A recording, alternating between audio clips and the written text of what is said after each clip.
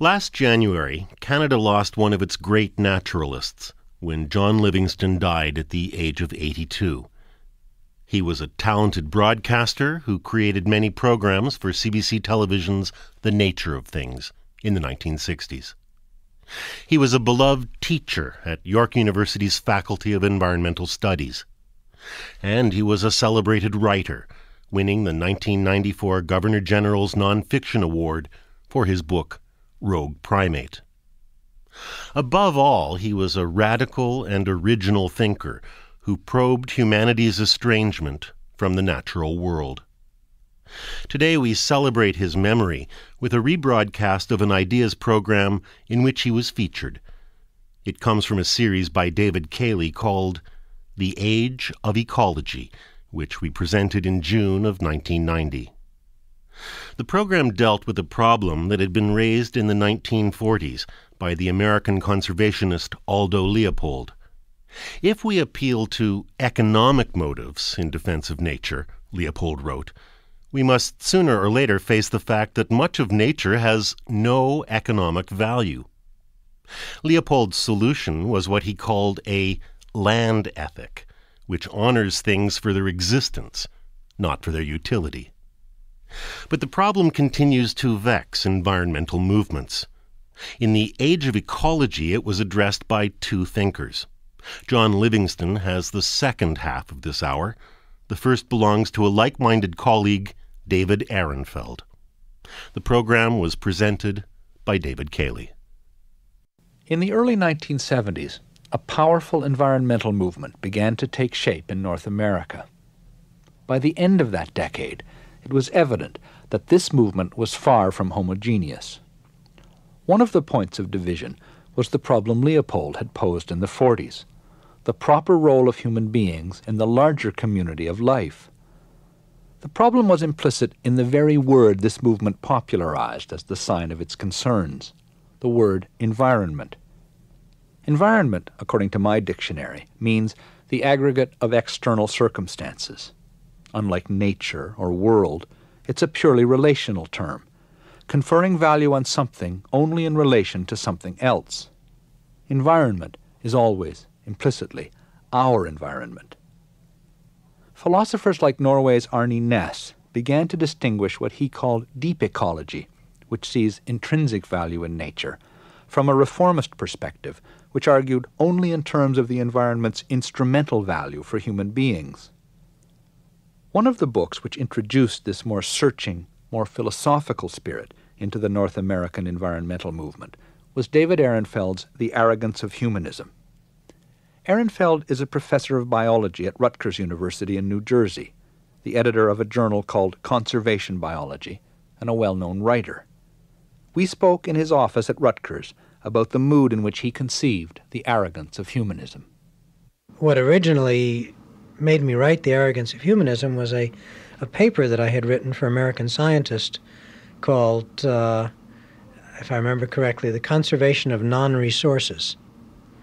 And in that I examined the problem of what do we do about the 90 or 95% of animals and plants in the world that don't have any value to human beings. It's obvious. Do we pretend that they have a value? Do we concoct values? Do we search and see if we can find values? Or do we develop other reasons for conserving things that don't seem to have any value and may in fact never have one? That paper was very successful and it got a lot of attention. And I was talking about it with my wife Joan, who's a plant ecologist, one day, and she said, well, why don't you turn it into a book? And that's exactly what I did. I developed the book around the paper. David, what approximately did you and do you mean by humanism?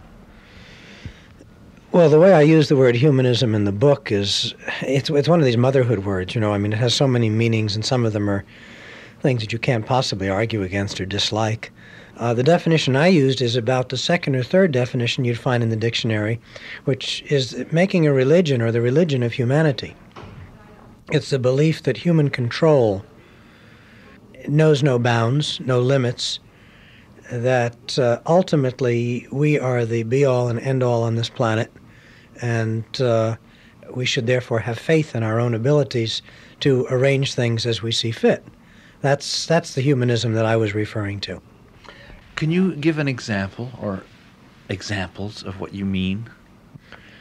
Well, an old example is the Aswan Dam. The Aswan Dam was built to solve a particular problem, which is that they needed power for industrialization. And of course, there were political problems too, because the Russians were building it for the Egyptians, and there were political reasons why it had to be built. But they were told before it was built that it was going to cause all kinds of health problems for them, because the irrigation canals would have snails, which would spread schistosomiasis all over, which is a terrible disease, all over Egypt. And a number of Harvard Medical School parasitologists were told to leave Egypt when they said this. Some very distinguished parasitologists were essentially kicked out when they warned about it. The dam stopped the flooding of the Nile Basin, so all the spreading of nutrients brought down by the river over the soil, which was a free spreading of nutrients during the flood season, stopped. The dam is silting up, as the dams always do, so that all of that nutrient, which was at one point useful when the river was spreading it itself, is now just junk sitting at the bottom of the reservoir and making the reservoir shallow. It cut off the flow of fresh water to the eastern end of the Mediterranean, which made the Mediterranean more salty, and yet it reduced the nutrients at the same time, which made the algal growth less common, so the sardine fishery died, and one can go on and on. The dam was an unmitigated disaster for Egypt. The Aswan Dam is a classic case of unwanted side effects, foreseeable to some extent, but ignored in the pursuit of the main chance, and eventually overwhelming the intended benefits. There are dams just like it all over the world, dams with silted-up reservoirs, dams whose turbines are choked with water hyacinths, dams which drove whole peoples from their homelands and broke their spirits. The history of foreign aid is full of such projects. But Ehrenfeld's point is not restricted just to mega-projects like dams. He thinks the models of biologists are just as likely to go awry as the models of engineers. One example, and it's one Eastern Canadian fishing communities are likely to be sensitive to at the moment, is the concept of maximum sustainable yield in fisheries biology. If you start fishing in a fishery, at the beginning at least, when the fishery is first fished, you actually can get more out of it as you fish more. And that may be, well, it's probably for a variety of reasons, but one of the reasons, for example, is that you're catching the older fish, which are hogging a lot of the resources, but not growing very fast, and therefore leaving resources, food, for the younger fish, which are growing quite quickly. So you can actually increase the yield of fish caught, but just by fishing a fishery, up to a certain point. And that point is, theoretically at least, is the maximum sustained yield. And you can, in theory, continue fishing at that level forever and always catch that level of fish. This is the theory. It was nicely exploded about 10 years ago by, I think, a Canadian fisheries biologist by the name of Philip Larkin. What Larkin did was, in a paper called An Epitaph for the Concept of Maximum Sustained Yield, was point out that the idea treats a fishery, a species of fish, let's say mackerel or herring, as the only thing in the sea. But of course there are many species of fish and other kinds of animals and plants upon which the fish ultimately depend, all of which are interacting. And this interaction, this complexity, makes it impossible to deal with a fishery as if it were composed of just one species. So in fact, when you manage one species, another one that's valuable may go down, or things that are happening with the second fishery may affect your plans for the first one. It really kind of gets out of hand. And I, in my book, pointed out that this was very reminiscent of something that John von Neumann and Oscar Morgenstern, a great physicist, nuclear physicist, and mathematician and an economist, respectively, had pointed out in their book on the economic theory of games, namely that in a closed system, you can't maximize more than one variable at a time. It's just not possible to do. And so there are limits. And this is one of the limits. And I think we should be suspect whenever we hear that our activities in the environment are working out just fine when they involve a great deal of control, because very often they don't. David Ehrenfeld's fundamental point in The Arrogance of Humanism, as I'm sure you've gathered, is that the best-laid schemes of mice and men gang after gley. His approach in this sense seems to resemble Ivan Illich's.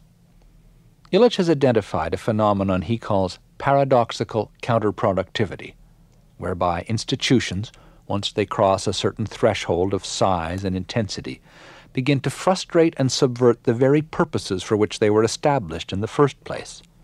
Education stupefies, medicine sickens, the machine turns on its creator. Ehrenfeld sees similar inherent limits to successful human intervention in the environment. And feeling this way, he's skeptical of the current rah-rah, we-can-turn-it-around approach to environmental cleanup, feeling that it may not have grasped just how deep the problem goes. I don't think there's any doubt that if we do not change our fundamental philosophy and our approach to dealing with this world, that all the recycling, all the cleanup, all the neighborhood committees, all the river watches, all of this sort of thing in the world will not be enough to make even a dent in the problem. It really will be just a tiny blip on the history of environmental collapse. That sounds very bad. If these remedial kinds of actions, cleanup actions, are accompanied by what I would call some spiritual action, then I think we have a reasonable chance. Reasonable chance. But without it, I just don't see any hope at all. Setting aside just for the moment the spiritual action necessary, why will these efforts be only a blip, as you said? Because if we are going to say it's going to be life as usual, with the exception that we will try to clean up as we make our little piles of dirt as we go along, that's just hopeless. The problem is of much greater magnitude than that. I can't begin to tell you how trivial then our cleanups would be. There also has been this rah-rah spirit in conservation has been applied to the saving of species. Well, frankly, although it's important to try to save species in zoos, and some of the more responsible zoos like the Bronx Zoo and the Chicago, the Lincoln Park Zoo and San Diego Zoo in this country are certainly doing that, and some of the zoos in England, and I would imagine Canada too. Nevertheless, it's quite clear that, for example, we can't save more than a trivial percentage of animals in zoos, and if we do save them in zoos, what have we got? What is a tiger that has been kept in zoos for 3 or 4 generations or 6 generations? What kind of an animal is it? Is it still a tiger? Is it a large pussycat? Does it know what to do genetically in the wild? Is it capable of coping with Siberian winters or Indian monsoons? We don't know. We're trying to save seeds of endangered plant varieties in places like the National Seed Storage Laboratory in Fort Collins and in places like Kew Gardens in England. And it's a failure. It's an abysmal, stinking failure. We cannot save seeds of even the varieties of things that we have created in this world for a whole number of reasons. But in fact, we often are losing more than we're acquiring, so that every time a new variety comes in, on the average, an old one disappears, of corn or wheat or rice or eggplant or whatever we're trying to save. But there are even biological reasons as well as the political and technological ones why this kind of saving doesn't work. What has to be done is to protect the farmers in the environments in which they live who are growing these things. In other words, we're really talking about a kind of a problem that technology is utterly incapable of coping with. It's too big for technology and too complicated for technology. We just don't know what to do, how to do it, nor do we have the resources even if we did. So I would say the spirit of Earth Day is wonderful, provided we have a mechanism for translating it into the realization that, as Wendell Berry says, we have to all learn to live a little bit poorer. We have to learn to live without ruining, and that is going to mean that there are things we cannot do anymore that we seem to want to do. Living poorer, for Ehrenfeld, means living on an entirely different scale. Like many ecologists, he sees that environmental destruction has proceeded at all times and in all kinds of social systems. Ancient civilizations wrecked their agriculture, just as modern civilizations are doing. Communism, as we now see from the sick children and sterilized soils of Eastern Europe, is worse than capitalism. Ehrenfeld concludes that the large-scale state is itself the problem, however it is organized. I don't really think that the social system, at least in the classic socialism versus capitalism lines, makes a heck of a lot of difference. I think that's an outmoded idea. I think that what does make a difference is the degree to which a society decides it's going to be managerial. And I think that if you set up large-scale centralized management, regardless of the political system, whether it's a democracy or a dictatorship, whether it's pure socialism, pure communism, pure capitalism, or some kind of mix, you're going to have the same kind of environmental degradation. And if you set up a system in which your units, your political units and your control units are small, fairly decentralized, and somewhat hands-off, you're going to have much less environmental degradation than you do now. So I would see that there's going to be a great shift, which we're now seeing the beginnings of. And somebody else will have to write this book, because I'm not a political scientist. But the paradigm that we've all been brought up with is communism versus capitalism. Well, that stuff is old hat. You can throw it away. It's not interesting anymore. It's not productive and it's not useful. The next paradigm that's important is big versus small, centralized versus decentralized, control versus hands-off. This, I think, is the paradigm that the next century is going to have to cope with somehow. How, I'm not sure. David Ehrenfeld's denunciation of human arrogance, like his call for spiritual action, has deep roots in the Jewish tradition from which he comes. He denies the prevalent view that the biblical religions are the source of human chauvinism towards nature. This view traces back to an influential essay written by historian Lynn White, Jr. in 1967, called The Historical Roots of Our Ecological Crisis.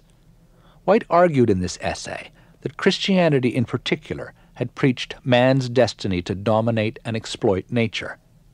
David Ehrenfeld disagrees. Yes, there's the famous two verses in Genesis 1, chapters 26 and chapter 28, in which Adam is told to go out and take dominion over the earth and to subdue it.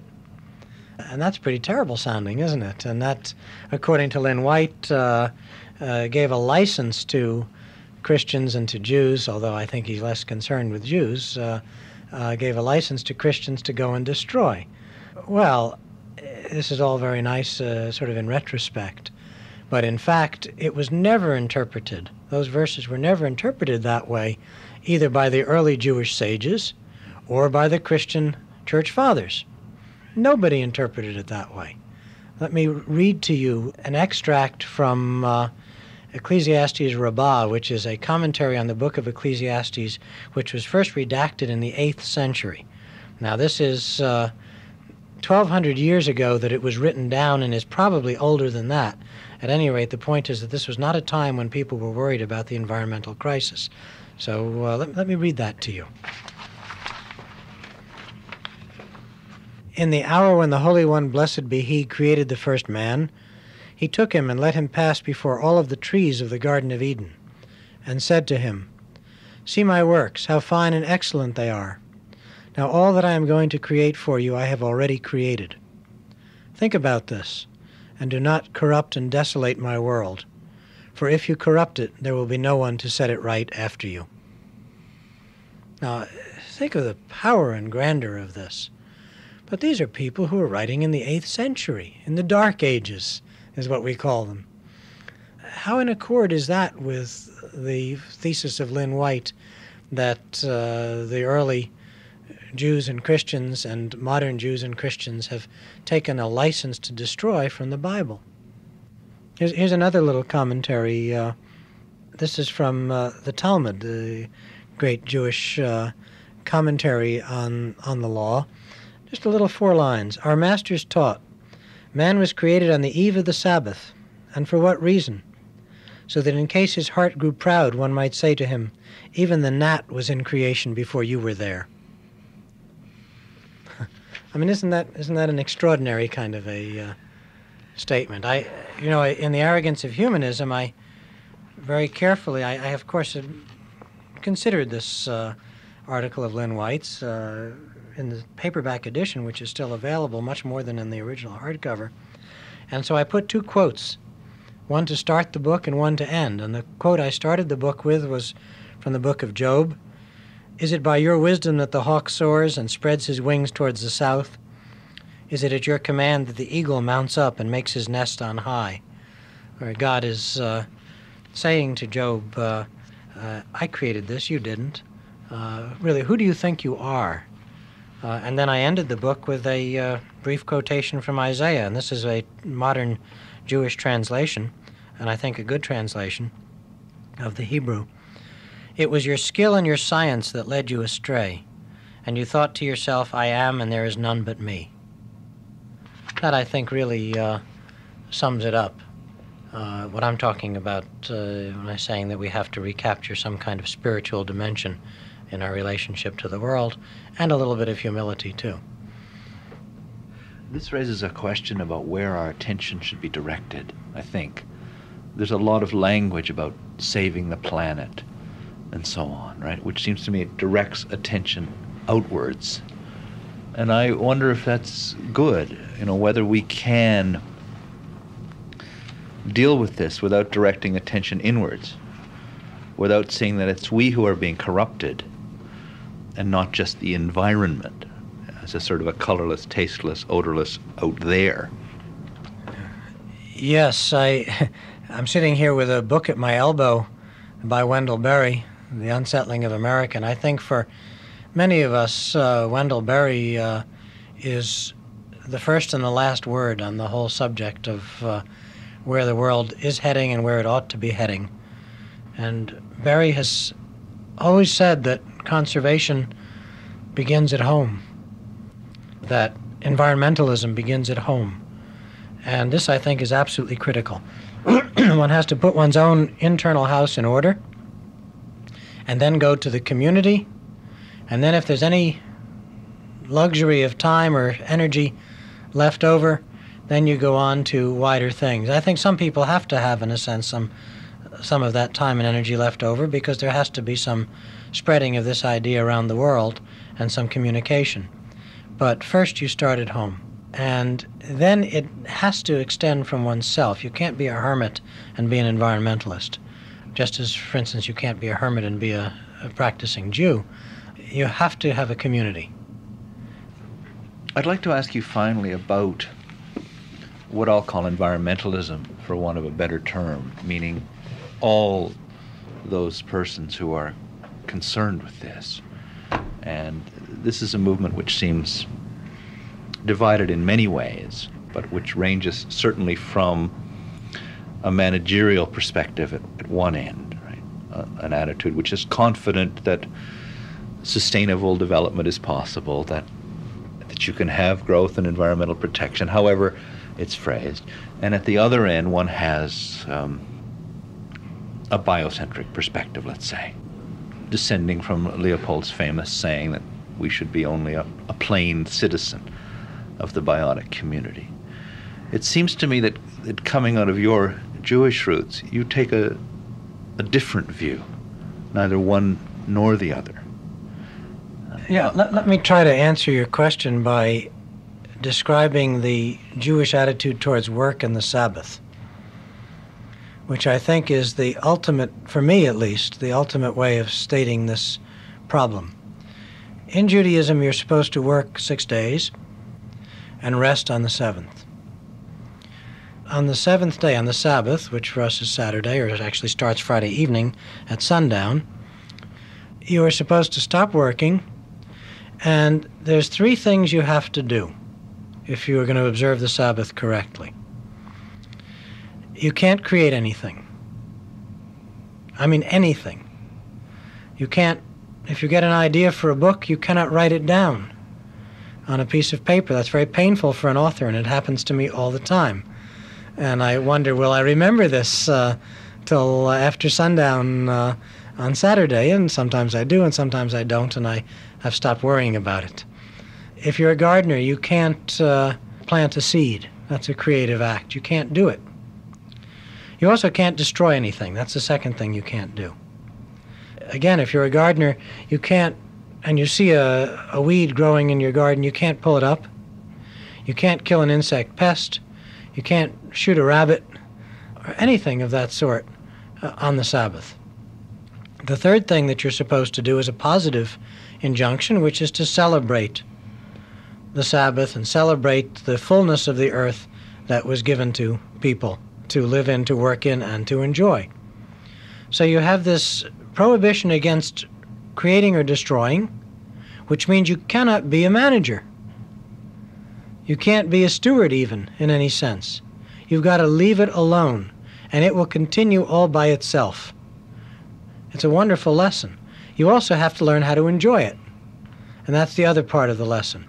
People were told you had to have the confidence, in a sense, in the earth and in the creator of the earth that says, I'm going to just rest for one day. I'm going to leave it alone.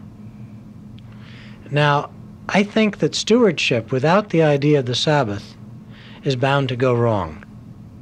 Without this idea of the Sabbath, without some idea of a built-in restraint, then the steward eventually becomes very arrogant. Hence my title, The Arrogance of Humanism. The steward says, I'm really the king. You know, the late J.R.R. Tolkien, in his book, his wonderful Ring trilogy, The Lord of the Rings, has this dilemma of a steward who says, how long do I have to stay a steward if the king doesn't show up? When do I become a king? And the man who asks this question is told by his father, who is the steward, even 10,000 years wouldn't be enough. Essentially, there is never a time when a steward becomes a king. Well, I think that there's a great temptation for stewards to want to play king, to want to play God, and without some kind of a restraint that's built in at a regular basis, a kind of constant reminder, you're not running the show, you can't run the show. You don't know enough to run the show, and you never will. And you're only going to mess it up if you have that attitude.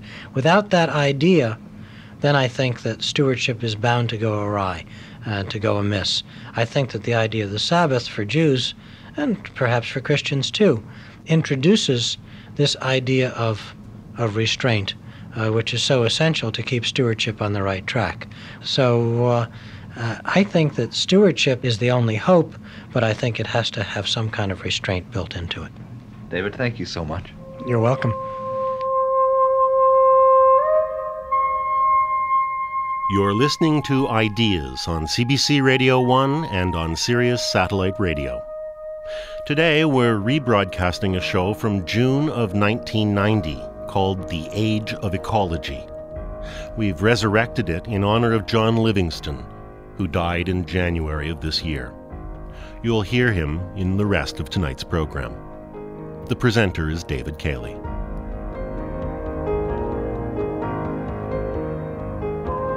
In 1980, a book appeared which I think of as a kind of sibling to The Arrogance of Humanism. It was called The Fallacy of Wildlife Conservation, and it was written by John Livingston, a lifelong naturalist and a professor in the Faculty of Environmental Studies at York University. It was a book, Livingston once told me, written in blood, his life's blood. After a lifetime of arguing for wildlife conservation, Livingston took apart the arguments he himself had made and found them all wanting. Everything seemed to come back to what David Ehrenfeld calls the doctrine of final causes, the idea that the end to which something can be put is the cause for which it was created. The idea, as Ehrenfeld says, that gravity exists in order to make it easier for us to sit down, or that rainforests should be saved because they may contain undiscovered medicines. Species and places with no obvious economic usefulness become recreational amenities, prized for their aesthetic value. All arguments circle back on humanity. None can penetrate what Livingston calls the metaphysical dome which encloses human society and cuts us off from the living world. In the light of the fallacy of wildlife conservation, John Livingston began, in effect, a second career, searching for a way out of environmentalism's utilitarian bind, trying to put a retractable roof on the metaphysical dome. We spoke recently in his office at York. If I have a technique, it has been, I think, to ask the question that my colleague Reg Lang always asks: what is the problem to which this is the solution? And so what I've done mostly is critical analysis, I think, of the statements of the so-called conservation movement, the so-called environmental movement, and so forth. Nobody seems to want to reveal what the problem is that is being addressed by all the environmental placards. I like to say to my students, go out to one of these rallies, read the placards, then put the messages to content analysis, and let's see what we get. And we get zilch each and every time. So what's the problem? I don't know what the problem is. I can easily say it's a metaphysical problem. I can easily say that, and that's the nearest that I can come to it at this point. It's a way of receiving the world that we are forced to accommodate ourselves to. We must receive the world in a certain way. And if that's the definition of metaphysics, then the problem is metaphysical, and everything else flows from that. I think this is what it's about. Do you have some sense of where the origin of the problem is? I put the origins back a couple of millions of years. I believe that we are a domesticated species. The other domesticates that we have around us were made that way by genetic manipulation. We contrived in that way to make them just like us. We evolved this way. We're domesticated by, let's call it ideology. I think that ideology is our domesticator, and it's composed mostly of technology. How to do it governs all of our lives, all of our thinking. It doesn't matter whether it's abstract logic. There are rules of logic. There are how to do it, of how to do the most abstract problems. I think that we are the domesticated critters of how to do it, or technology. And I believe we got that way very, very long ago. Is this because we're slow and hairless and clawless? Well, our dependence on tools and weapons, of course, was the very first thing, and onward and upward. And of course, the way the brain evolved itself is with the emphasis on, first of all, vision, and secondly, abstraction, is that we became more and more and more the creatures of abstracting how to do things, and we became less and less attuned to the natural world. And that does not mean that we don't have it in us still, because I believe that we do, because we are not genetically manipulated into being domesticated beings. It's the way of life into which we've drifted. And it is as though ideologies and belief systems were prosthetic devices that take the place of natural behavioral modes that we see in every other species in the world. And we've isolated ourselves in that way, I do believe, and felt ourselves quite comfortable with the supportive crutch, this prosthesis, which in simple terms is ideology. And ideology governs everything that we do, everything. Livingston's idea that belief systems are substitutes for natural forms of behavior has made him wary of the quest for what is sometimes called an environmental ethic, a quest that's been going on at least since Leopold issued his famous call for a land ethic. For Livingston, ethics are part of what he calls the prosthetic paradigm, the technological and ideological crutch which blocks participation in nature. Extending ethical rights to nature, which has no need of them, would only extend our control. It would not help us to relearn participation. I can't think in environmental terms. I don't know what it means, and I'm not trying to stick a handle around it. I no longer know what environmental means. If you say interspecies, then I will understand a little bit better what we mean. I think I would like to do away with the notion of ethic and behave as our genetic material would have us behave. I know that I can with other beings who don't happen to be human, and I know that they do with me. And I don't think it's necessary to have a, let's say, a rigidified formula or a code or a 10 commandments about how to behave, because how to behave is in there. It's in my bone marrow. I know it. We did evolve as social beings with a very complex social order, as did many, many, many other species. I think there's something in our numbers that forced us to adopt an artificial way of dealing with social organization when we got past a certain point of density and when our technology became so powerful. Can you tell me what you mean by saying you know how to behave with other animals? My tendency with other animals is to listen, and I sometimes feel that I know that there's communication that I share, certainly with my dogs, absolutely with them, but with other wild animals also. I think that they can read you very quickly. I think animals can read you awfully quickly, whether you're tuned into them, as it were, or whether you're not aware of them, or whether you have some aggressive intentions toward them. I believe all that, certainly. What would be an example from your experience? Well, where I live, we have animals that come and show no fear at all, either of the dogs or of us. I mean, and nobody has done anything overt to cause that to happen. It's simply that everybody knows everybody else, I think. I believe that there are social orders across species, for certain.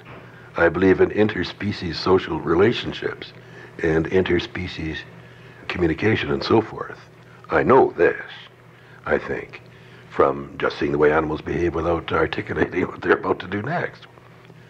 Our school system, all of our ideologies, whether they're theological or what, are concentrated so much on the infantile individual self that I think therein lies a great deal of our problem. I believe there is a group self. Certainly there is in the type of social structure out of which we evolved. I'm sure that is so. I think there is even a community self, a cross-species self.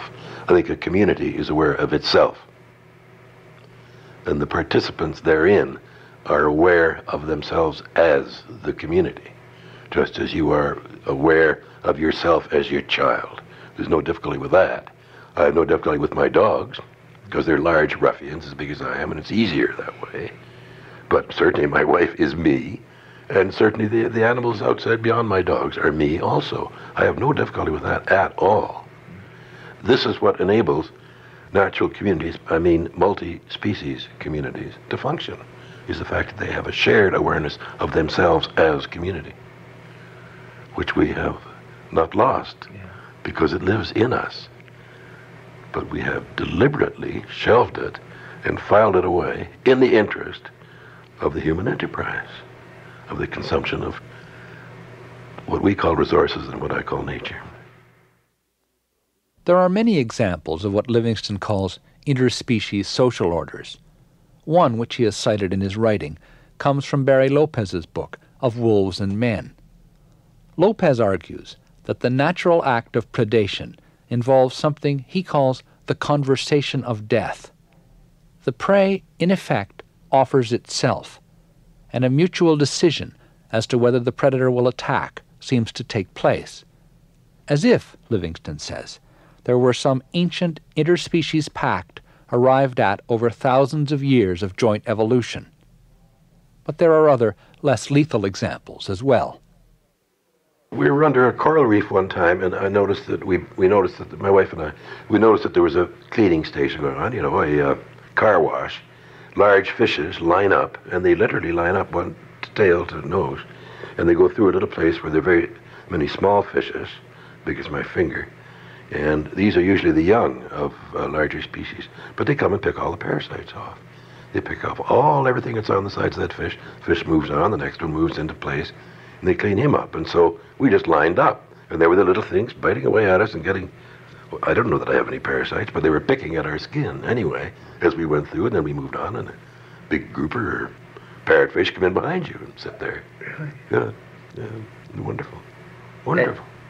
And your sense is that you're simply accepted there as another species. Well, sure, I'm there. I'm part of it. Why, there's no self-other. I don't believe in self-other. I think that self-other is as much of a problem as any other kind of dualism or dichotomizing. I think it invites the same kind of dichotomy that infests our particular Western culture. Other is eliminated at a community consciousness level. Self is community. There's no more other. The community is me and you are me. I think other is a very big problem. Although many people try to make it work for us and feel it is a positive thing, I do not. I do not like it. It's dichotomizing. I don't think that the cardinal chasing other cardinal is other. They're just playing. I think that other is a terrible stumbling block to participating consciousness. It must be removed or one isn't there. And I doubt very much that the lion sees other. You watch a lion come and hit down a big wildebeest or something, a terrific crash, a bang, and you say, my Lord, if there ever was a vicious self-other situation, it's that. But it's the same thing as an oriole neatly, sharply picking up a caterpillar, There's no difference. And I think he is what he eats. I think he gears down into a simplified self-other configuration for the few seconds it takes to catch the wildebeest or the caterpillar, then gears back up again to a more mature, more developed level of self. I think this is what it is. There's intentionality, but only for seconds. I think the predator has to assume that mode, gear down into low self-other. I see self-other as very low. And do his act, catch his rabbit, whatever he's doing, and then gear back up again to the group self and trot off home with supper. I do think this is what happens. You can see a change in the animal's demeanor. And so play would be in the higher mode. Play Play would be in a much higher mode. And I think practically all territorial chasing that's written up in the book says competition and aggression is play. Well, can we talk for a minute about the changes in scientific perspective that underlie your view as to what nature is? I know of very few in biology. Biology is still an economistic body of theory, as is evolutionary biology, ecology, both. I see no changes there at all. I mean, territoriality is still sacred. Competition is still sacred. There's no question about that. The only people that are beginning to break this down a little bit, and I'm not totally up to date, I insist, are some of the primatologists, mostly women. And if you look at the work of Lynn-Marie Fedigan, if you look at the work of Donna Haraway, if you look at the work of Shirley Strum, and others and others and others, they're getting an altogether different look at the thing. And the old patriarchal, male-dominated science of primatology is never going to be the same again. It is quite wonderful. You're seeing words like reciprocity. You're seeing words like mutualism. You're seeing all sorts of things, and dominance is shrinking and shrinking into the background. It's just a wonderful thing to see. But I'm only seeing it in primatology. I am. That's all I know about. So ecology, biology, and mainstream ethology, you think, are still based on these old models of hierarchy, dominance, competition? Absolutely, they are. Which, in your view, are drawn from human society and applied. Well, it's Adam Smith. It's the invisible hand in the marketplace of nature. It's exactly the invisible hand that is still invoked in practically all respectable ecology and ethology. But it ain't natural. I don't believe in domination as a natural phenomenon. It's a pathological situation when you see domination. John Livingston is confident that he knows what nature is not. He will offer certain confident statements about what nature is, that nature is whole, for example. But when it comes to trying to penetrate the metaphysical dome and prescribing for human society, he grows more tentative. It's hard enough, he says, even to understand what's wrong. I'm in the business of problem definition, and that's the business that I am in, period. I'm not in the business of solution offering because I'm not confident that I have a sufficient grasp of the problem. It sounds like a cop-out, I know. But in the currency of the technocratic society is solutions. And everybody has got a hard briefcase stuffed with solutions to throw at problems. And if the problem doesn't fit the preferred solution, they will trickily redefine the problem to fit the preferred technocratic solution. This is what the World Conservation Strategy is about. It's what the Brundtland, Our Common Future, is about. They never tell us what sustainable development is, by the way, besides an oxymoron. They don't tell us, ever, what it is. So the currency is solutions. The language is solution-oriented. Nobody, it seems to me, is after problem definition. I think it was Ivan Illich who did say that I'm in the business of problem definition. And once we get the problem straight, it will take cadres of people to work out the solutions. And this is the way I feel, I have always felt as a teacher. Well, I can certainly understand that you're a step ahead if you're not trying to solve the wrong problem. But I do think that we all have to live day to day and make decisions. And it seems to me, for example, just an immediate reaction, that out of what you're saying, one could easily draw a priority for children, let's say. Oh, absolutely. Now that has many social implications. I anticipate if it is true, and I believe it to be true, that children need the bonding or imprinting experience on non-human beings at a pre-adolescent time, I agree with this entirely, then the implications of that in our school system are cataclysmic. And the implications of that in all of our other received institutions and patterns of belief are cataclysmic. The enormity of the adjustment that has to be made, if we even agree with that.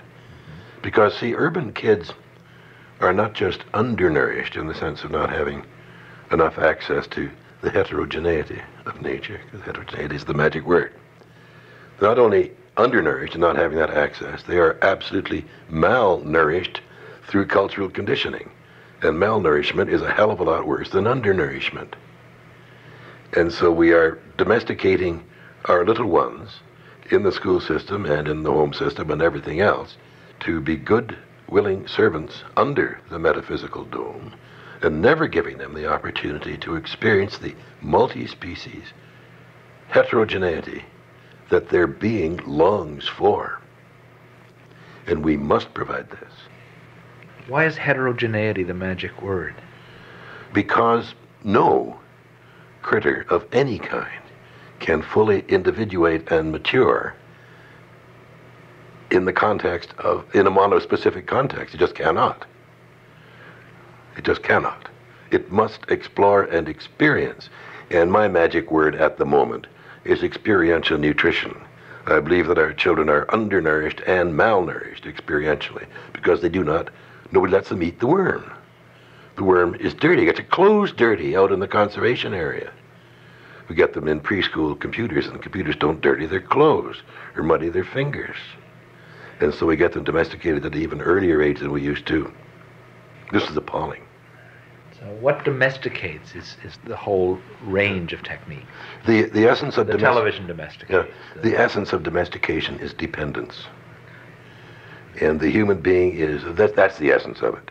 So the human being is a domesticated being by being utterly and totally dependent on storable, retrievable, transmissible technique in a human-oriented context. And without heterogeneity, without the experience of how other animals live, how other animals feel, how other animals communicate, real problem. You've got a person of arrested development, as Paul Shepard says in Nature and Madness, and a society of arrested development. Now, if we could just arrest urban industrial development, we'd be all right. Given these explorations of the last 10 years or 15 years, how do you see environmental movements today and the discussions that go on within environmental movements? I'm sympathetic, I suppose, to all aspects of the so-called environmental movement, but environmentalism, I don't identify myself as an environmentalist. I will not. I'm a naturalist. And since 99.9% of environmentalism is dedicated to the human interest, I simply can't buy it. I can only buy that part of the environmental movement that is working in the trenches of problem definition. And that part, of course, I'm very much interested in. I'm a little worried that there are so few naturalists involved. Practically all of my colleagues in environmental philosophy, or whatever you want to call it, are not naturalists. There are 2 or 3 of us, and that's all. I worry about it becoming a very abstract, very abstruse philosophic enterprise that has less and less to do with the living, breathing, bleeding world. Could you tell me what you're seeing that creates this alarm? Yeah, I think when it's all done in the abstract, it's not much. It's no better than any other classical intellectual enterprise, and it's got to involve a sense, an identity with the heterogeneity that is the living world. And if it simply becomes an argument amongst the professional philosophers, well then, I turn the page and go on to something else. As far as the environmental movement goes itself, most of that is how to conduct business as usual and get away with it. Resource conservation has always been prudential. It was always, if you can't be good, be careful. Always resource conservation was that. And that's what sustainable development turns out to be again. It's just a rerun with new slogans of the same old advancement of the human interest and getting away with it. I think it's probably fruitless to try and pigeonhole you in any way. I think you shouldn't. But do you have a sense of where you fit in the current discussions? I'm not even sure I do. I'm not even sure I do fit into except that I'm satisfying myself by asking the questions that I enjoy asking. And I try to ask them through beings who are not human beings. But I'm committed to understanding what it is that causes the belief structure to be so immobile and so resistant to penetration. I do not understand that, because we're reasonable people all, and we have nice conversations, and we have very, very profound conversations often, but nothing happens. And I think that nothing happens because the overwhelming majority of us did not enjoy that pre-adolescent identification with nature, and if you didn't, it's simply academic talk. On Ideas, you've listened to Part 2 of The Age of Ecology, first presented in June of 1990. We've rebroadcast it to honor the memory of naturalist John Livingston, whom you've just been listening to. John Livingston died in January of this year. Tonight's program was presented by David Cayley.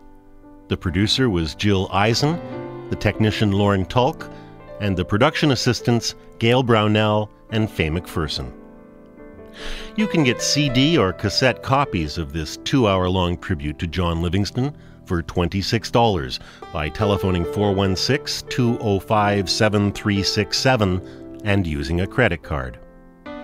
Or you can go online to cbcshop.ca. We also accept personal checks to CBC Ideas. Our address is Box 500, Station A, Toronto, M5W1E6.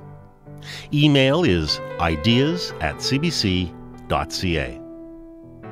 If you want to find out what's coming up on Ideas, you can sign up for our weekly online newsletter. Just go to our website at cbc.ca/ideas and follow the links to weekly newsletter.